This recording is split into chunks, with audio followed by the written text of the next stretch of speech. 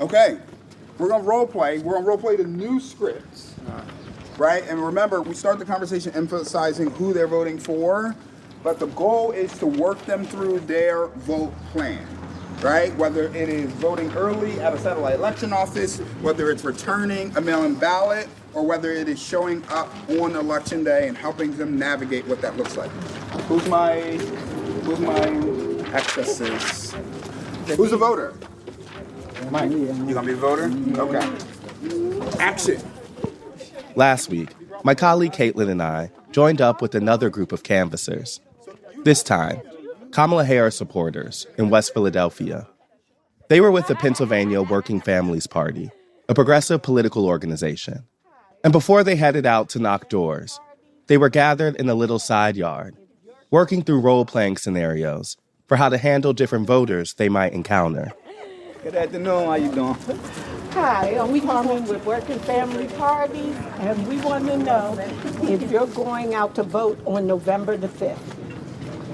I'm not really sure. I'm not really into neither one of the candidates. You're not sure you want to vote? Why don't you want to vote? I just don't like neither one of the candidates at the time. Yeah, but what do you not like about Trump? He pro-Republican, you know what I'm saying? I'm just not sided with Republicans, and I just don't want a female in office, so. Why would you not want a female in office? We're the ones who run the world. Absolutely. I don't know, I'm still a little undecided. I'm leaning Kamala, but... She's going to help the seniors. She's going to help taxes. Trump basically is KKK. My thing is, if you think both of them are bad, vote for the one that you think is the better of the evils. I think about it. But whatever you do, you need to vote. It's very important. Absolutely, And you're right. Really That's something I got to think on. Think about a woman, because again, we run everything. A black woman at that.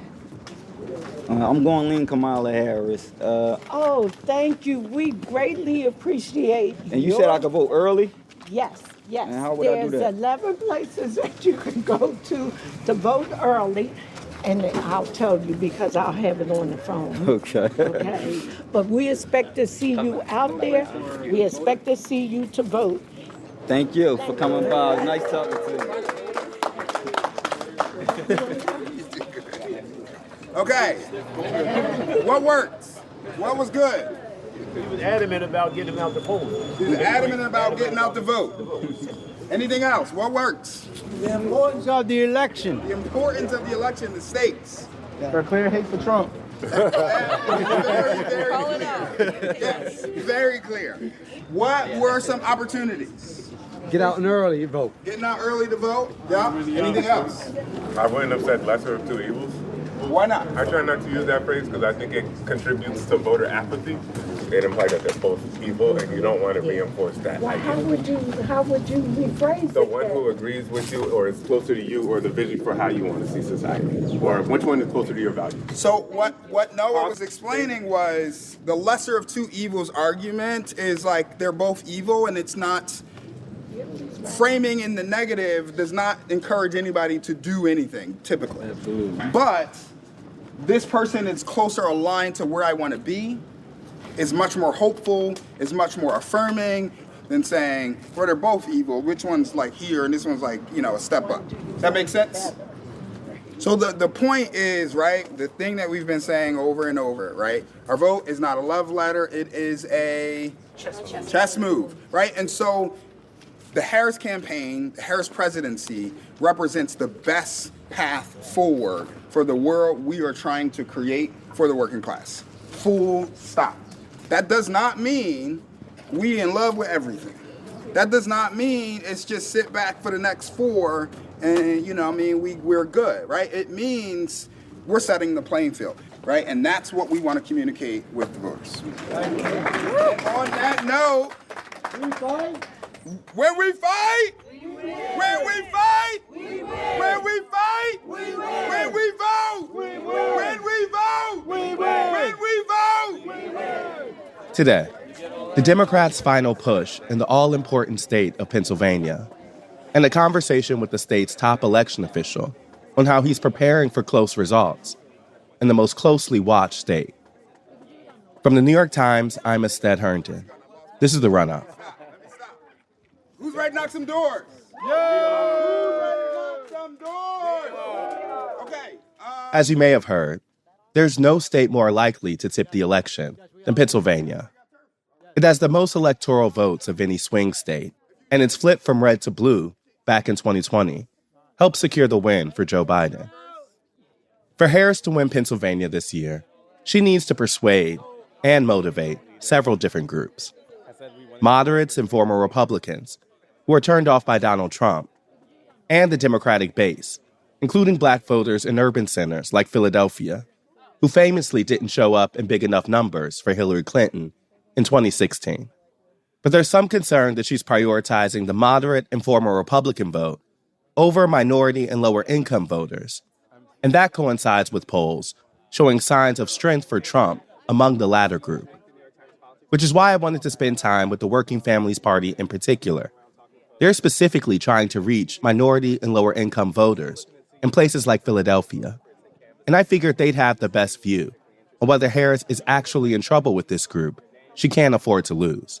My name is Salah Muhammad. I am the Pennsylvania Organizing Director with the Working Families Party. So I grabbed the guy who'd been leading the training, Salah Muhammad, and asked about what we'd seen, and also what we could expect on the doors. I'm not here to give you a promise. I'm here to be in a relationship with you in a real fucking way. Excuse my French. Right? And so, I don't want to, don't give me no bullshit promises. Don't give me some pie-in-the-sky dreams about what we're building. Be real with me. Be in relationship with me. Have a conversation about, what it means to be evicted from your home, but I got to figure out where I'm voting and vote for the President of the United States, right? And instead, I've been evicted from my home. Let's talk about what local legislation looks like to protect that voter and to build power in that way so that we can actually set the deck, set the playing field for what we're doing. I read some stuff that there was some concerns that the Harris campaign was not empowering cities, organizers in Philadelphia, places like Detroit. I'm not hearing that here? Well, the beauty is we are not the Harris campaign. I know. That's why I'm asking you. That's why I'm asking you. The beauty is I get to empower my organizers to be creative and to be in real relationship with people that's not beholden to the machinery that is any major political party, right? To be clear, we're here because we wanted to hear folks working from the type of premise that we're hearing here. But the question I'm asking is, does the fact that happens outside of campaigns and not in campaigns, is that even part of the reason that they sometimes have difficulty not converting those low propensity voters? I would argue that we are filling a role, because I want to come from the avenue of what we are doing and the need that we see. We're filling a role to be able to engage organically and be in relationship with organizers, with our community, because we see the need. Period. I got you. And I can complain about who's not doing what. I will sometimes, right? I can complain about the system and the two-party establishment, right, as being problematic as it is. But if I just complain and not activate and do the thing, then, what am I really doing, right? And so I can complain about why it ain't being done elsewhere, or I can also just step up and say, I'm going to do it myself. And I'm going to have organizers that's going to be creative and do it as well. Yeah. Thank you so much. Yep. We appreciate it. You got it. After we talked, Salah let us follow him and a canvasser named Rashida Bagwell Highland to another part of West Philadelphia, where they were trying to put all of this into action. I grew up right around the corner. You are Mr. West Philly. We with the mayor of West Philly. You know what? The mayor of West Philly and the president of North Philly. And the president of North Philly. So we're good in every hood now. We're valid. There you go. It's interesting that I'm the mayor, but you're the president. We were on a block of row houses, some of them decorated for Halloween. Beware spooky, enter if you dare, caution. What's been, like, how has the community changed? Man, it's changed a lot, but it's like not that much. I think that's actually one of the biggest concerns is like How little it's changed? how little it's changed. I can walk through West Philly and it still feels like 1989 from like the way the houses are to, you know, even the type of cars the folks drive, right? Like that's, you know, Stagnant. it's stagnant. It's empty promises on policy. It's all of those things. Right here. It was a beautiful day, and a few people were on their porches. Would you be Kareem? Like Kareem. Nice to meet you. My name is Rashida, and I'm with the Working Families Party. So, as you know, upcoming election, you're down as a registered voter at this address, so that's how I know who you are, just to see your nerves. Okay. So, what I wanted to know is, you know, like, will you commit to voting for Kamala Harris? Like, which way are you voting? Honestly, I don't like either one. Why? Because I did my research on her. Okay. And she's not that good either. Okay. She done stuff. Had people in jail for one bag of marijuana. One thing Trump is... You mind if I come up a little bit? Yeah, you like come I up a feel little like bit. my house. Okay. But Trump is... Yes, he's horrible. But he's just brutally honest. I would rather deal with somebody who's brutally honest than somebody I don't know what their intentions is. Right. Okay, so question. Since you had valid points, because at the end of the day, no politician is perfect. Let me No, just say that. nobody's No, perfect. we can't expect perfection from anybody. So what you're saying that you're not voting for her, are you voting for him or are you planning to not vote for either of them? Honestly, I didn't make that decision yet. You haven't decided? No, I want to still do my own research. Okay. Because at the end of the day, it's not about them. It's about our community. They keep talking middle class. To me, that's not logic. If you pay rent and you just have $2,000 in your bank account, you consider poor. So I think most people would agree with that because for $2,000, that's probably only a month of rent for most people. Especially And with I inflation. agree with everything that you're saying when you want to do your more research, but let me just leave you with a little bit of information, a little education that maybe it'll help your research. Yes, you're absolutely right. He's horrible. We don't want him in office. And yes, she has put people in prison when she was a prosecutor. But speaking as a person with 3 A1 felonies on my record, I wouldn't be behind her if I didn't know that there are some strengths to that. When she was doing that, first of all, that was a part of her job. And then she didn't let me finish. She didn't go into these neighborhoods and pick out these black men and put them in jail herself. The police officers arrested them. They get arrested, they get tried before the person even gets to the prosecutor. And we both know that that's how it works. I got 6 convictions. Listen, A prosecutor can stand in the courtroom and say, I recommend he go to a drug program and not jail. very true, but let me tell you this. The difference She between ain't him doing and her, he's trying to set us back 500 years. Let me leave you with that. You being a convicted felon and myself, if we're talking about the lesser of two evils, it should always be her.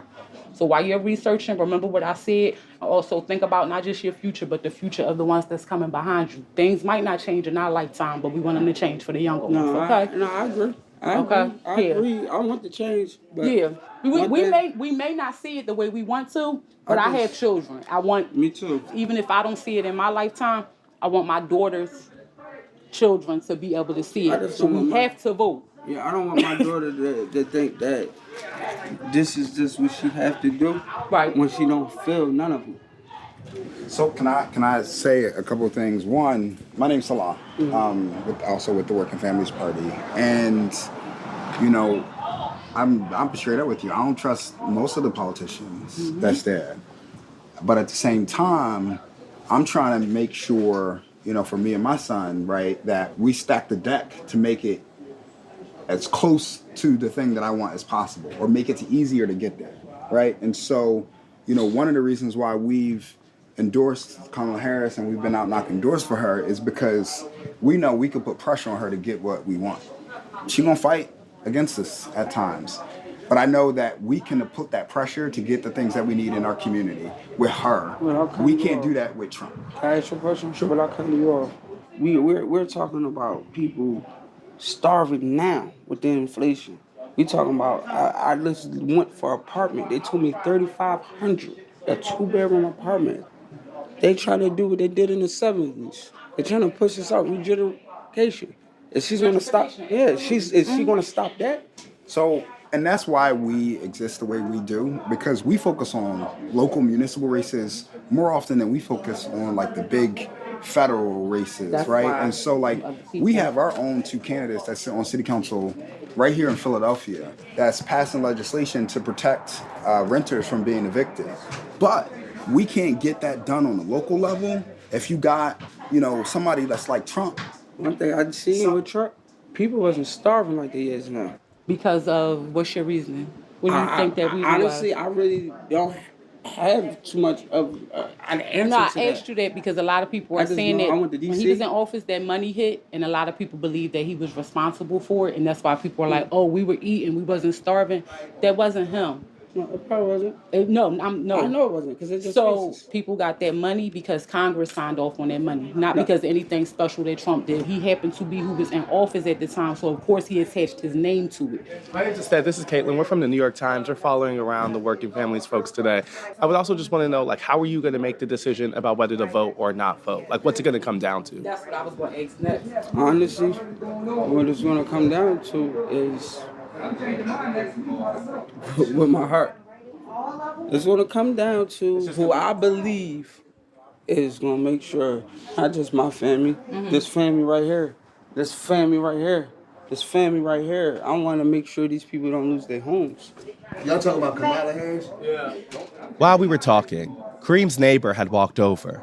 Don't go next door, because might be fighting. They hate Kamala. I don't like her either. Listen, I don't care. I don't vote. Whoever be the president, right? We done anyway. It don't matter if it's her or I'm gonna tell you why. We all know Donald Trump threw it off, right? Boom. So that's war. He get in. They just brutally honest. She a woman. The other countries that's in power, they dictatorships. They don't respect women running the country. So they gonna go at it. So we done. Let's get ready. So just pray. Whoever you pray to. Kareem, I really appreciate talking to you, and again, I respect your opinion. This is what I want to leave you with. I know you don't know today, and you said you just have to figure out what your heart follows.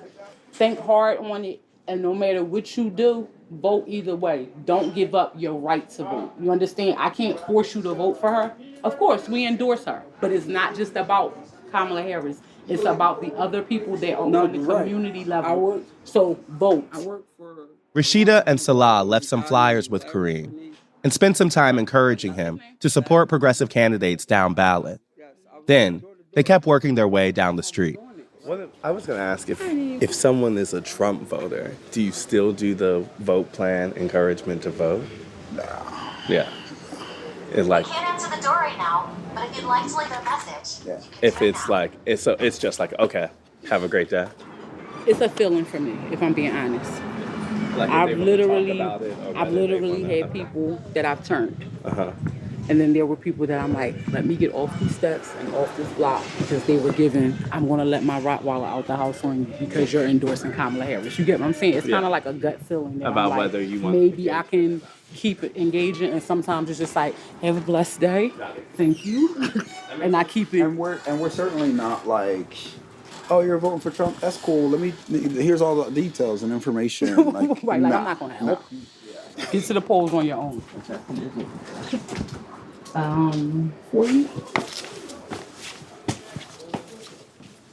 Rashida and Salah were working off a list of names of registered voters who, for one reason or another, were identified as a canvassing target. But a lot of people weren't answering. We maybe got a response every third or fourth house. Hi, I'm looking for Jawan Robinson. Yeah, That's you? Hello, how are you today, Jawan? My name is Rashida. I'm with the Working Families Party. You have a minute to talk? Just a few questions about the upcoming election. Huh? What's going on? You looking at me like, listen, I got you. Nah, 'cause I gotta look at my kids from school. You gotta go. I'll make this fast. I'm not gonna take up a lot of your time. So, are you committing to voting for Kamala Harris? I'm not really sure because I don't really know too much about her or what Trump got going on. So Okay. I ain't gonna sit here and. You got 2 minutes, and I can give you a little bit of background information on the two of them, and maybe that can help you decide which way you want to go with it. So, what you don't already know, I'm gonna help you know. So, first of all, I'm not even going to get into the whole thing about whether or not Trump is racist. He's a classist.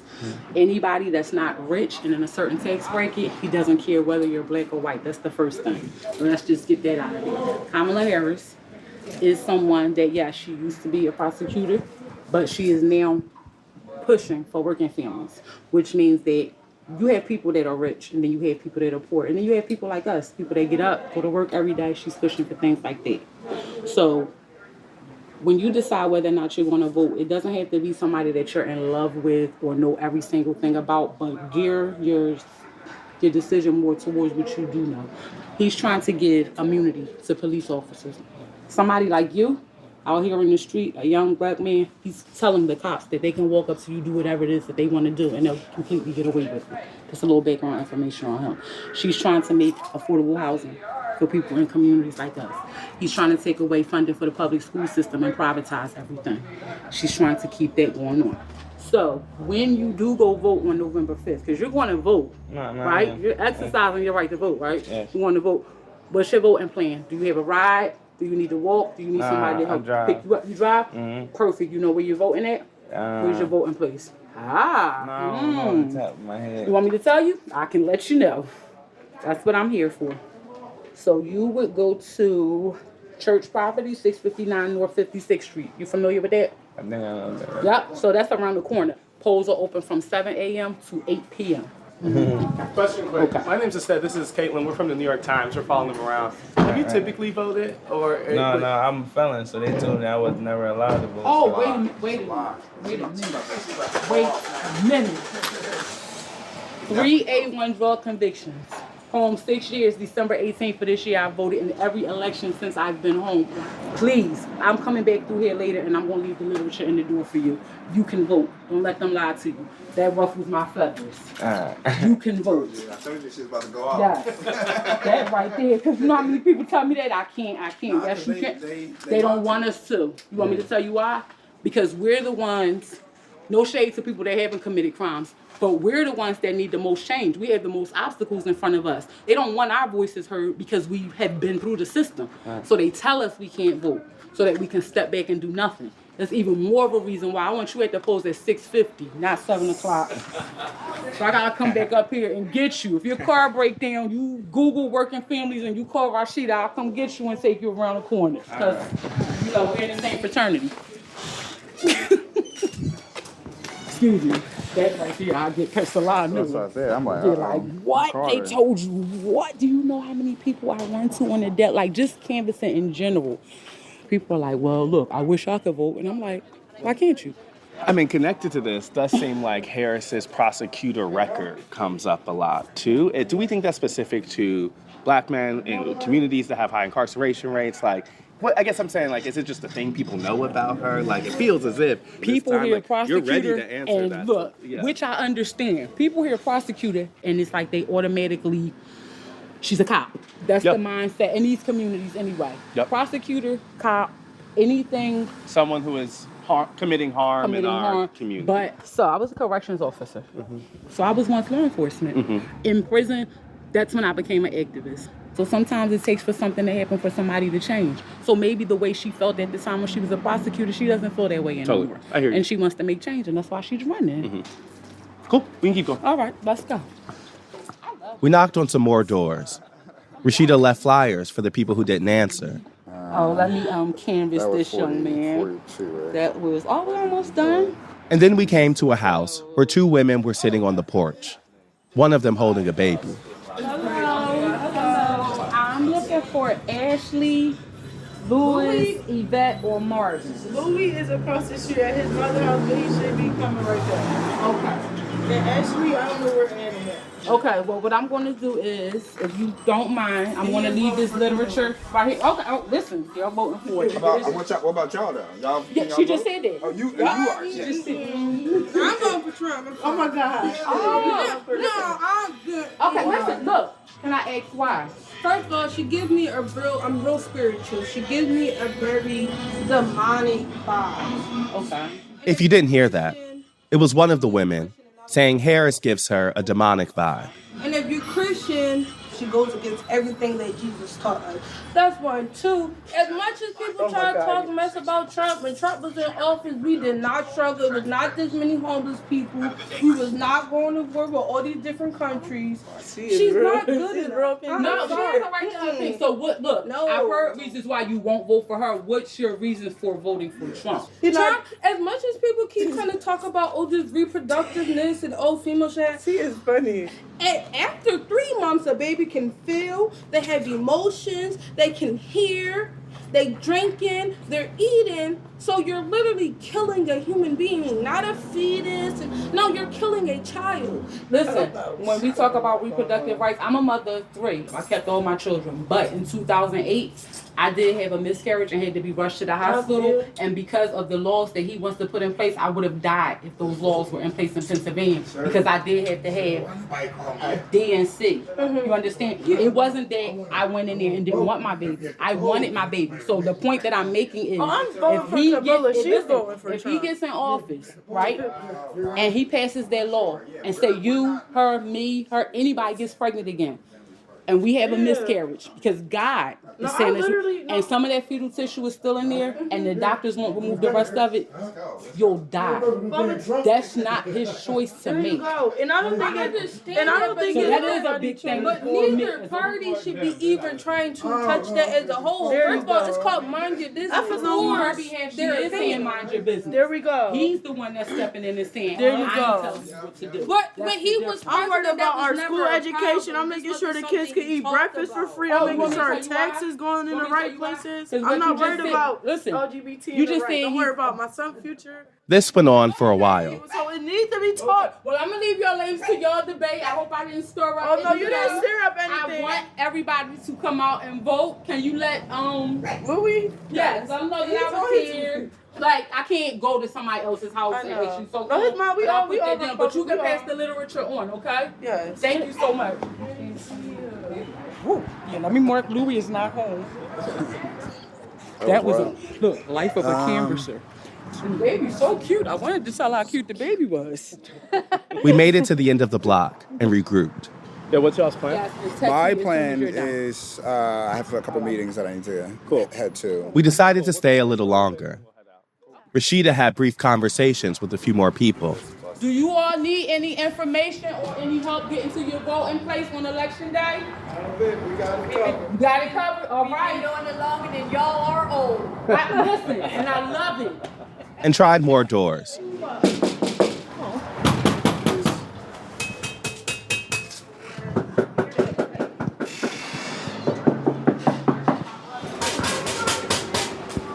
A lot more doors. As we went, I asked Rashida more about her experience as a canvasser. One question I have is, you've been talking to a group of people that is so central to who's might win in this state, right? Like, a lot of people across the country are thinking about how black folks in places like Philly are thinking right now. From your sense of those conversations, do you think that Trump has made inroads with black people? Yeah. I think that, like, that conversation that we were having earlier, I think what it is for a lot of people, they're thinking money. Mm-hmm. And I understand it, even though it bothers me that they're misinformed. But when you're in an impoverished community and you've grown up and spent your whole life not having, and you get something, it's easy to want to, like, align with the person that you believe made that happen for you. Mm-hmm. So they're looking at it like, oh my God, well, if he did it, and it's like he didn't. So yeah, I do think that he's definitely going to get a lot of black votes because people believe that has taken root. He changed things for them. And then the other question I have is, like, you know, if this was 2008 and we were in black communities, we would hear so much, like, palpable excitement around Obama and representation and the fact that a black person could get in there. Why do you think it doesn't feel exactly the same with the chance for a black woman? Because she's a woman.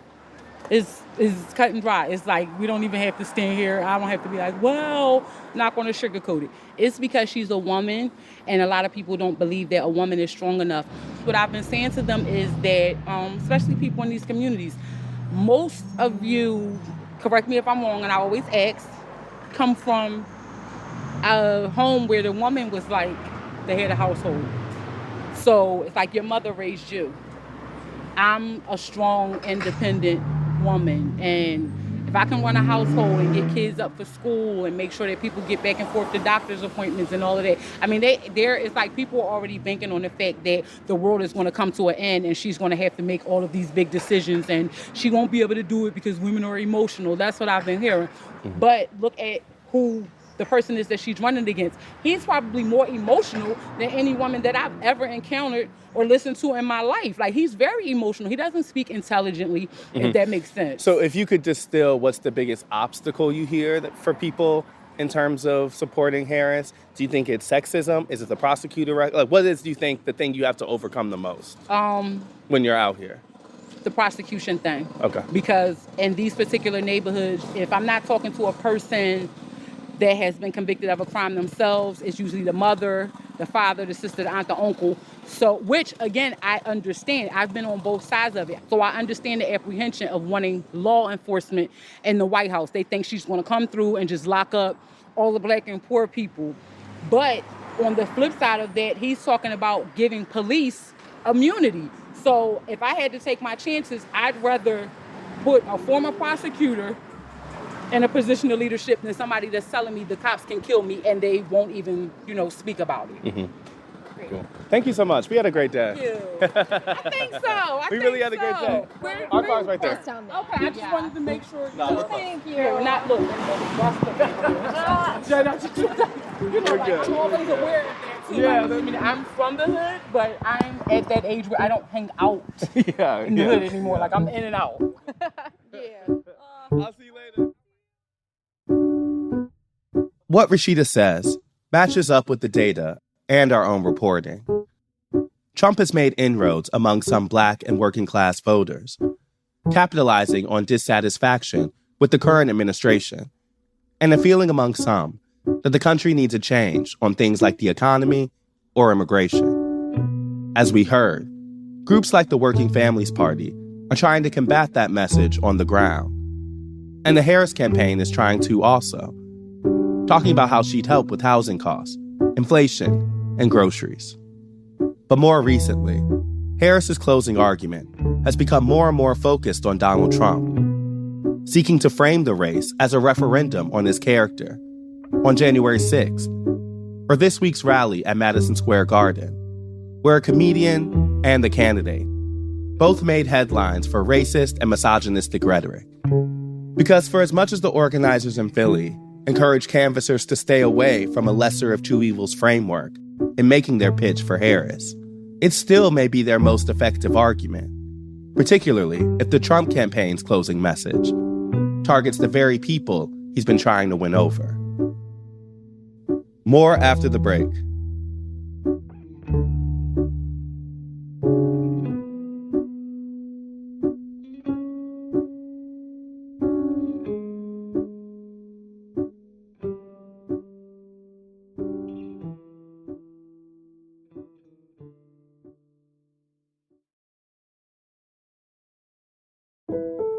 There's another important question to ask about Pennsylvania, beyond who's going to win.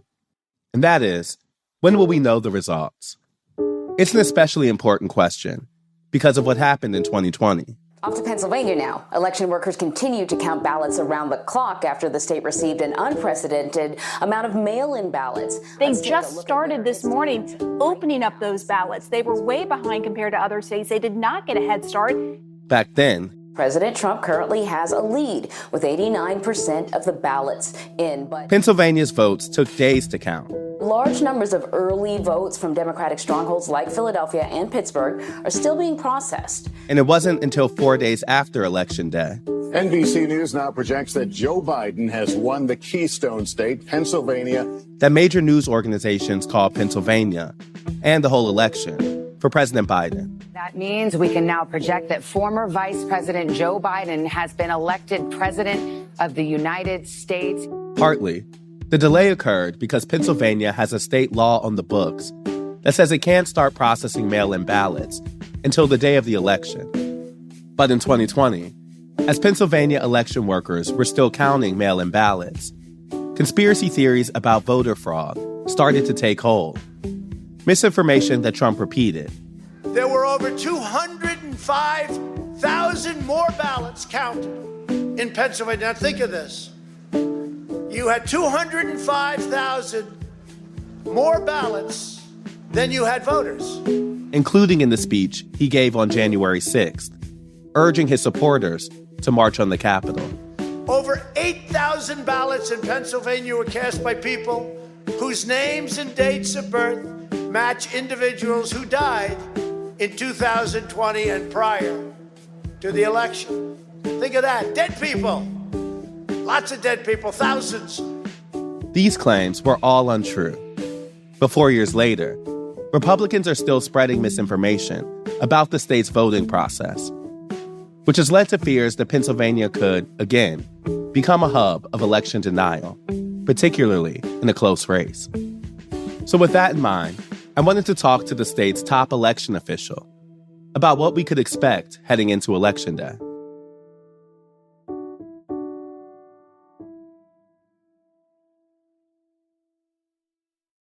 Da da da da blah blah blah. Oh. Well, you sound great. We appreciate it, Secretary. I'm sorry. I thought that was only for me. Al Schmidt, Secretary of the Commonwealth of Pennsylvania. Can you hear me all right now? He had this to say in response to our traditional sound check question. What did you have for breakfast this morning? I don't eat breakfast because I'm too nervous about the election. Yeah, that doesn't seem great. Schmidt is a Republican. He spent a decade as an election official in Philadelphia and was the first person Democratic Governor Josh Shapiro publicly named to his cabinet last year. I feel like some people are allowed to be nervous about the election, but I don't know if I love hearing that the Pennsylvania Secretary of State is nervous about the election. It's not really about being nervous. It's about being prepared on a professional level, on a personal level that involves, like for any of us involved in election administration, you become a little bit neurotic. You want to make sure everything is done right. Mm-hmm. There's no redos. There's no do-overs. So there's no eating in the morning for me anyway. I guess I wanted to start with the question I most have for you, which is, when do you think we will know the results in Pennsylvania? That really is the big question. But in this election, like any other, it's always come down to how close the results are, right? Whether you have mail ballot voting or you don't have ballot voting or whatever else. In 2022, for example, we know who won for governor in Pennsylvania by 10 or 11 o'clock at night because it wasn't close. And we knew who won for U.S. Senate by 1 or 2 a.m. because it wasn't close. But Pennsylvania is at a unique disadvantage in that our counties cannot begin processing mail ballots until after 7 a.m. on election morning. Other states, red states, blue states, even Florida, can begin that process days, if not weeks in advance. Mm-hmm. You told NPR, quote, what we saw in 2020 is a window of time between the polls being closed at 8 p.m. on election night and the race being called as a period of vulnerability where people were seeking to undermine confidence in the results. I wanted to ask about what you all are doing in case there's a similar lag this time, and how do you plan to deal with that period of vulnerability? Well, in terms of a lag or delay, it takes time to count millions of votes, especially when you can't begin until election morning.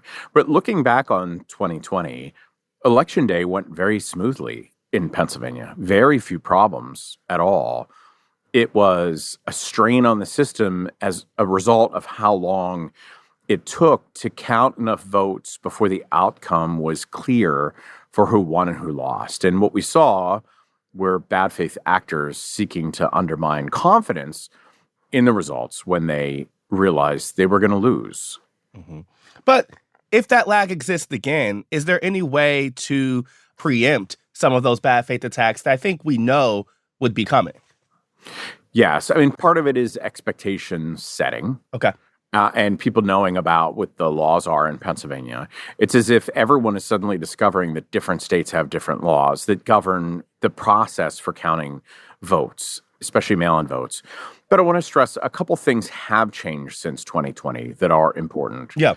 Many of our counties have acquired new equipment that will assist with sorting mail ballots, time-stamping them, opening the envelope, and all the rest. Counties have a lot more experience now also than they had in 2020, which was the first time Pennsylvania dealt with mass mail ballot voting. And thirdly, while mail ballot voting is still widely embraced in Pennsylvania, the percentage of voters voting by mail has decreased since that pandemic, sort of peak COVID environment in 2020. So more and better equipment, more experience, fewer votes to count. You know, I just want to get a quick, so every time somebody asks me this question, I can now say I talked to the Secretary of the Commonwealth of Pennsylvania and he told me, do we think it'll be quicker than last time? Well, I mean, if an election isn't close, you're going to know by 8:01. But I'm saying, let's say it's just as close as last time, right? Do you think the processes have changed such that you all will count it quicker? I think those ballots will get processed more quickly than we saw in 2020.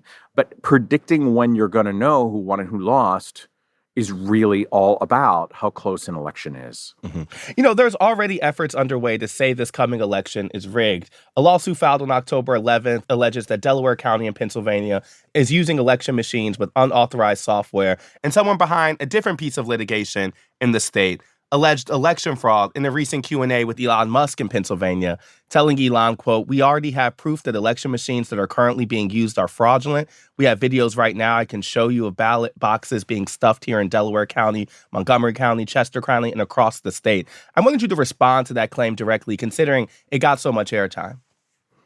Well, it is, in terms of litigation, it's always impossible to predict turnout. It's always impossible to predict who will win or who will lose. But you can always count on an avalanche of litigation around election time. And all of these conspiracies require no basis in fact whatsoever. And I know firsthand, having visited Chester County and their Dropbox system, it's staffed by two people. They have body cameras on them. There's a camera on the two people who have body cameras. Like, I don't know how much more people could possibly want in terms of confidence in the integrity of the process. But accusations really require no basis in fact when they are litigated, just as they were in 2020. Time and time again, the outcome has been consistent and in favor of on the side of the truth. After the 2020 election, Donald Trump attacked you on social media, and his supporters threatened you and your family. I've seen you talk about that in other places. I just wanted to kind of return back to there. Like, what was the aftermath of the 2020 election like for you? And specifically, what was it like as a Republican who was then experiencing attacks from leaders in the Republican Party? I think the most important thing for me and many others was not to let those threats be successful. The whole point of threats of violence or intimidation is really coercion to try to keep you from doing your job. So if that happens, then you've let them be successful. I mean, you still have to make sure your family is safe. You still have to make sure that you're safe and count on others to really look after your family and look after you.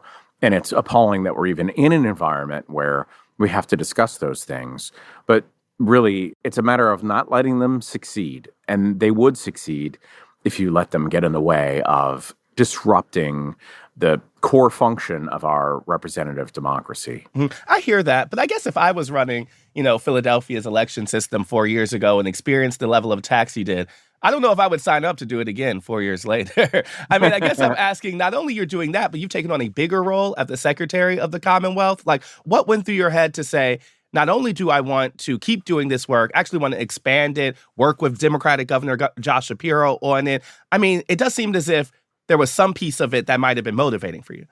Yeah, and I accepted the opportunity without hesitation to serve. I don't think there's any doubt that our country is at an important juncture in its history. And I think many of us took the strength of our democracy for granted and our electoral system for granted.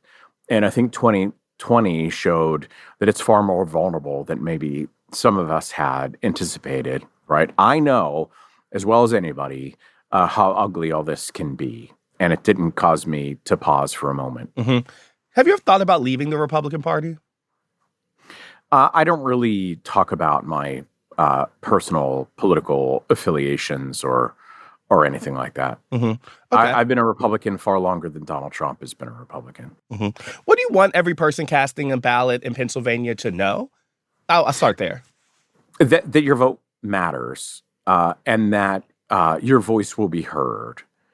And if polls are to be believed, there are plenty of very close elections from President of the United States on down. So don't think for a moment that it's not important to vote.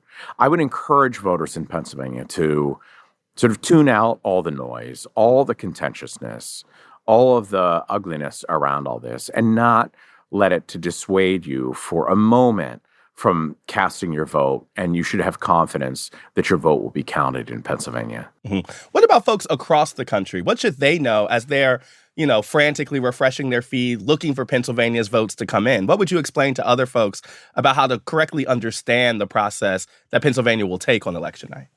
Our elections are run by professional civil servants, Democrats and Republicans alike, who are working night and day, well in advance of Election Day to prepare, but especially from Election Day and Election Night onward to count votes as expeditiously as possible and to do so with integrity. And they should have confidence in the results that they see from Pennsylvania. Thank you so much, Secretary. We really appreciate it. Nothing to thank. Schmidt exudes confidence that this election won't be like the last one, no matter if there's a lag time in counting mail-in ballots, and no matter if certain Trump supporters try to spread conspiracies and misinformation. But this week, just days after I talked to Schmidt, the voting for all conspiracy that showed up at the Pennsylvania rally with Elon Musk found its way to Donald Trump's social media in the form of a post on Truth Social. Pennsylvania is cheating and getting caught at large-scale levels rarely seen before, Trump wrote. Report cheating to authorities. Law enforcement must act now. It wasn't surprising, but for me, it was a gut check on Schmidt's sense of optimism. This will probably be close, and it'll probably be messy.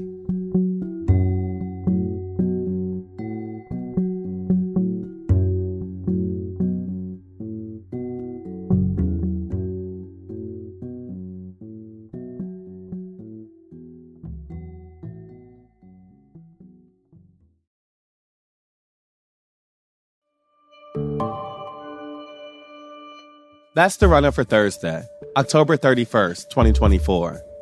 And now, the rundown. The candidates are making their final arguments to voters. And on Tuesday evening, Good evening, America! Harris gave an address at the Ellipse in Washington. Donald Trump has spent a decade trying to keep the American people divided and afraid of each other. That is who he is. But America, I am here tonight to say that is not who we are. That is not who we are. Casting herself as a unity candidate and returning to the theme of democracy being on the line. These United States of America, we are not a vessel for the schemes of wannabe dictators. This was Harris's biggest rally in her 3-month campaign sprint, with more than 70,000 attendees, according to the campaign. And it came days after Trump's rally at Madison Square Garden and the intense backlash that's still unfolding. We are officially 5 days away from the general election, but we'll be back before then in special episodes leading up to Election Day. See you then.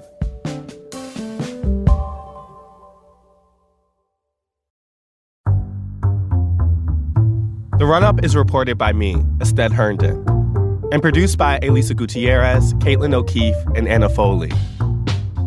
It's edited by Rachel Dry and Lisa Tobin, with original music by Dan Powell, Marian Lozano, Pat McCusker, Diane Wong, Sophia Landman, and Elishaba Itu.